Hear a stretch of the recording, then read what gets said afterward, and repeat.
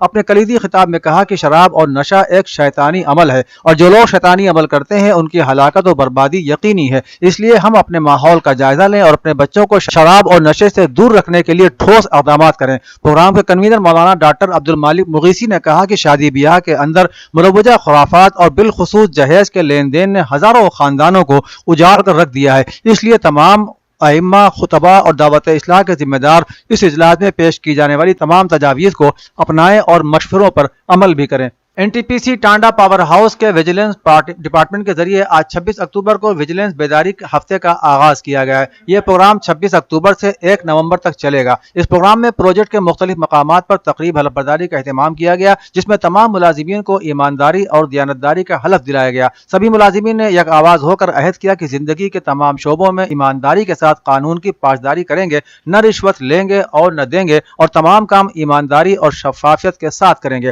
عوامی مفاد میں کام کر کے مثال قائم کریں گے، ذاتی طرز عمل میں ایمانداری کا مظاہرہ کریں گے اور بدعنوانی کے کسی بھی واقعے کی اطلاع متعلقہ ایجنسی کو ضرور دیں گے۔ شہر دیوبند کے محلہ قلعہ پر واقع قدیم اور معروف دینی درسگاہ جامعہ اسلامیہ اختر المدارس اور خانقاہ کی نئی عمارت کا سنگ بنیاد جمعیت علماء ہند کے قومی صدر مولانا سید ارشد مدنی، دارالعلوم دیوبند کے محتمم مولانا مفتی ابوالقاسم نعمانی بنارسی اور دارالعلوم دیوبند کے مجلس شورا کے اہم رکن مولانا سید انور حسین میاں کے بدست عمل میں آیا۔ اس موقع پر مولانا سید ارشد مدنی مدارس کی اہمیت بیان کرتے ہوئے کہا کہ موجودہ حالات میں دینی مدارس اور مکاتب کا قیام اور ضروری ہو گیا ہے۔ انہوں نے کہا کہ ملک کے موجودہ حالات میں اسلام کی صحیح تعلیم کو عام کرنا اور برادران وطن تک صحیح تعلیم پہنچانا ہمارا بنیادی فریضہ ہے، اور اہل مدارس کے لیے بھی یہ ضروری ہے کہ وہ غیروں کے درمیان اسلام کی صحیح شبیہ پیش کر غلط فہمیاں دور کرنے کی کوشش کریں۔ پیغمبر اسلام حضرت محمد صلی اللہ علیہ وسلم کی ولادت کے موقع پر امروہہ میں محفل نور کے عنوان سے 2 روزہ محفل نعت کا اہتمام بزم عید میلاد النبی کی جانب سے عزاخانہ حسینیہ میں کیا گیا۔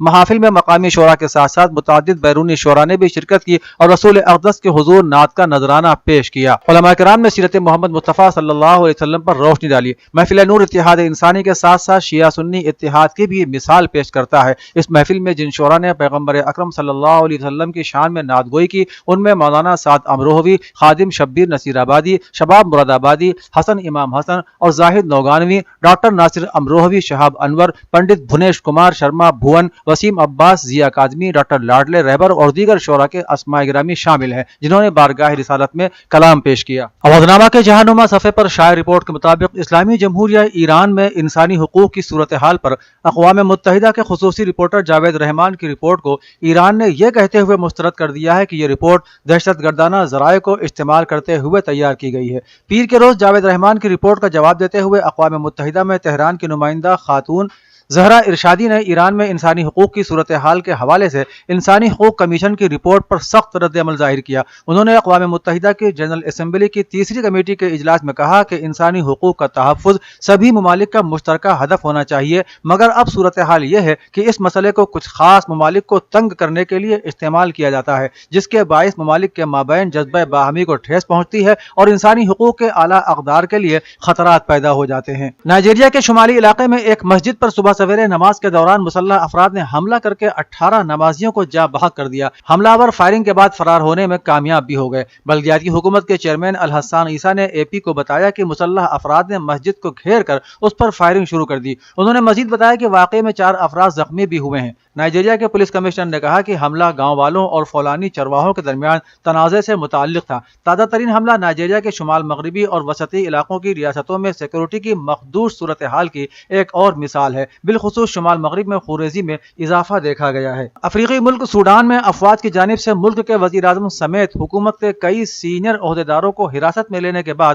دارالحکومت خرطوم میں عوامی مظاہرے جاری ہیں۔ سوڈان کی فوج نے سینئر عہدیداران کو حراست میں لینے کے بعد حکومت کو برطرف کر دیا ہے، جبکہ انٹرنیٹ سروسز بھی معطل کر دی اور راستے بند کر دیے ہیں۔ ملک کی سب سے بڑی سیاسی جماعت امت پارٹی نے گرفتاریوں کو بغاوت کی کوشش قرار دیتے ہوئے لوگوں سے مزاحمت کے لیے سڑکوں پر آنے کا مطالبہ کیا ہے۔ وہیں سوڈان کی وزارت اطلاعات نے کہا کہ وزیر اعظم عبداللہ حمدوک کی قیادت والی سویلین حکومت اب بھی قانونی طور پر جائز حکومت ہے اور کابینہ کو تحلیل نہیں کیا گیا ہے۔ اقوام متحدہ نے منگل کو COP26 سمٹ سے قبل کہا کہ ایشیا کو 2020 میں ریکارڈ گرم ترین سال کا سامنا کرنا پڑا اور شدید شدید موسم نے بر اعظم کی ترقی کو بہت زیادہ نقصان پہنچایا ہے۔ اپنی سالانہ رپورٹ بعنوان ایشیا میں موسم کے حالات میں اقوام متحدہ کی عالمی تنظیم موسمیات نے کہا کہ 2020 میں پورے ایشیا میں گرم موسم اور ماحولیاتی تبدیلیوں کے اثرات نے ہزاروں لوگوں کی زندگیوں کو نقصان پہنچایا، لاکھوں لوگوں کو بے گھر کیا، جبکہ انفراسٹرکچر اور ماحولیاتی نظام کو بہت زیادہ نقصان پہنچا۔ اس رپورٹ میں کہا گیا کہ خوراک اور پانی کے عدم تحفظ، صحت کے خطرات اور ماحولیاتی انحطاط بڑھنے سے پائیدار ترقی کو خطرہ لاحق ہے۔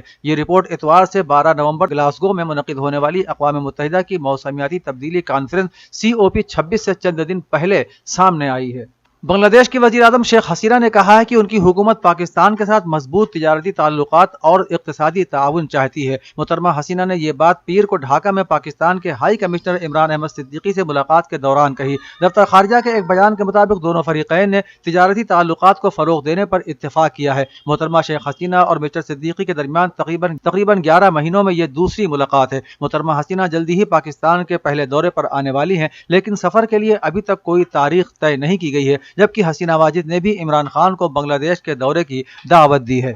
اجودھیا کی مفت یاترا کے اروند کیجریوال کے اعلان پر طنز کستے ہوئے اتر پردیش کے وزیر اعلیٰ یوگی آدتیہ ناتھ نے منگل کو کہا کہ کورونا بحران میں اتر پردیش اور بہار کے مزدوروں کو دہلی سے بھگانے والے دہلی کے وزیر اعلیٰ کو انتخابات کے وقت بھگوان رام اور یوپی کے لوگ یاد آ رہے ہیں۔ بی جے پی کے سماجی نمائندہ سمیلن کو خطاب کرتے ہوئے مسٹر یوگی نے الزام لگایا کہ کورونا بحران میں لاک ڈاؤن کے دوران آپ حکومت نے اتر پردیش اور بہار کے مزدوروں کو دہلی سے بھگانے کا کام کیا تھا۔ کورونا بحران میں دہلی سنبھال نہیں پائے، یوپی اور بہار کے لوگوں کو بھگا دیا گیا، اور اب جب انتخابات قریب آ رہے ہیں تو انہیں یوپی یاد آ رہی ہے۔ انہوں نے دعویٰ کیا کہ یہ لوگ پہلے رام کو گالی دینے سے بھی نہیں چوکتے تھے، مگر آج جب لگ رہا ہے کہ رام کے بغیر نیا پار ہونے والی نہیں ہے تو رام کے درشن کے لیے اجودھیا آ رہے ہیں۔ دہلی کے رام بھکتوں کو کیجریوال حکومت اجودھیا کی مفت یاترا کرائے گی، اور اگر اتر پردیش میں عام آدمی پارٹی کی حکومت بنتی ہے تو اتر پردیش کے عقیدت مندوں کو بھی رام نگر کی مفت یاترا کی سہولت ملے گی۔ آپ کنوینر اور دہلی کے وزیر اعلیٰ اروند کیجریوال نے منگل کو رام للا کے درشن کے بعد میڈیا نمائندوں سے بات چیت میں یہ اعلان کیا۔ انہوں نے کہا کہ دہلی حکومت کی تیرتھ یاترا اسکیم میں اجودھیا کو شامل کیا جائے گا۔ انہوں نے اس کے لیے بدھ کی صبح 11 بجے کابینہ کی خصوصی میٹنگ بھی بلائی ہے،